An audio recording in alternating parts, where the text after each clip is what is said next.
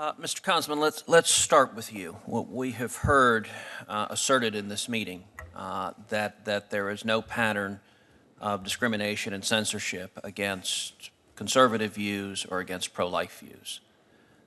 That assertion seems manifestly contrary to all the available evidence, although I would note that the social media companies keep much of the evidence in a black box where we're forced to argue by example rather than what would be preferable, arguing based on the actual data. But let's focus on your example, because that is one specific and immediate example. The movie Unplanned tells the true story of Abby Johnson. Abby Johnson was the clinic director of the Waco Planned Parenthood Clinic. She was not just briefly a Planned Parenthood employee. She spent, as I understand it, 7 years working for Planned Parenthood. She was named Employee of the Year by Planned Parenthood.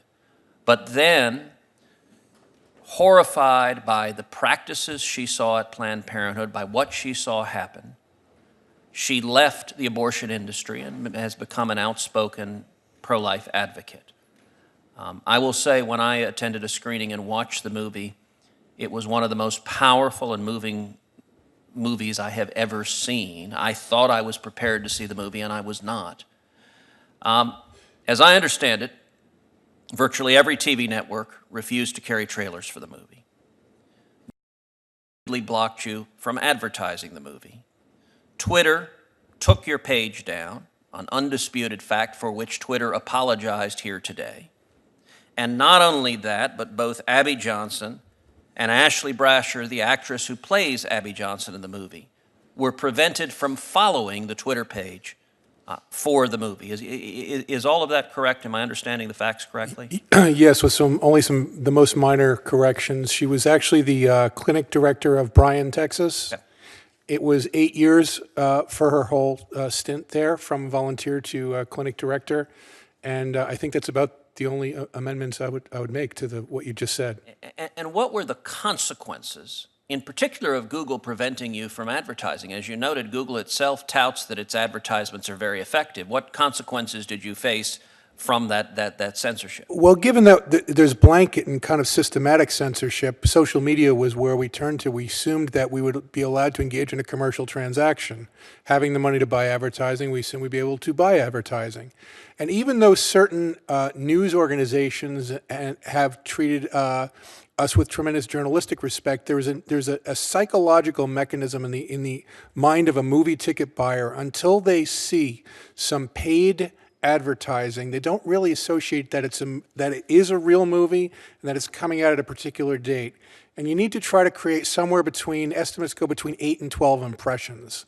So we were not able to create those impressions very easily for that market. And as I understand it, despite this almost total social media blackout, although you did give credit to Facebook for not engaging in this practice, and despite this almost total media blackout, the film nonetheless in its opening weekend became the #5 selling movie in the country, despite concerted efforts to prevent moviegoers from hearing about it. It was actually #4, and when the numbers got finalized, we thought it was 5. It actually jumped to #4 when the numbers were finalized. And just so I can give a relative measure of what I believe the importance of the film is, before it aired, Michael Ferris, who's the president of the Alliance Defending Freedom, had said, "I believe this is the cultural event that can overturn Roe." Now, that would thrill some and scare others. But I will say that after about 10 days in release, or a couple more now, we have had approaches through Abby Johnson's organization, and then there were none. Which transitions workers out of the abortion industry. I believe we have something approaching 1% of the abortion workers in the United States seeking help to leave the industry. Now, that's based partly on a hard number and partly on an estimate. The number of actual workers who have reached out is 94. I believe there's something on the order of about 700 clinics nationwide. If they all had 12 employees, I wasn't a math major, but I think we still get to about a little better than 1%. So I think on the order of 1% of the abortion workers in the United States, after getting one look at them being portrayed on film, and it serves, I think, also some evidence that they're not being portrayed as monsters, have decided to change their lives and their profession and what they do for a living. That is truly extraordinary, and let me commend you. One of the things that I liked best about the film is that it was not a cartoonish portrayal that it was compassionate. It was compassionate to workers like Abby who were working for Planned Parenthood, although it displayed the practices of Planned Parenthood that pressure women into having abortions and sometimes against what they would otherwise wish for. That was our attempt. Abby was very firm that she wanted this film to be a love letter to those who are still trapped in the industry.